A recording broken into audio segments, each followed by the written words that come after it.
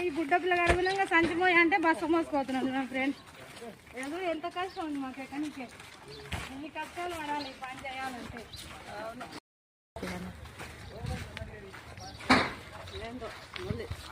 ఈ రోజు కూడా చూసి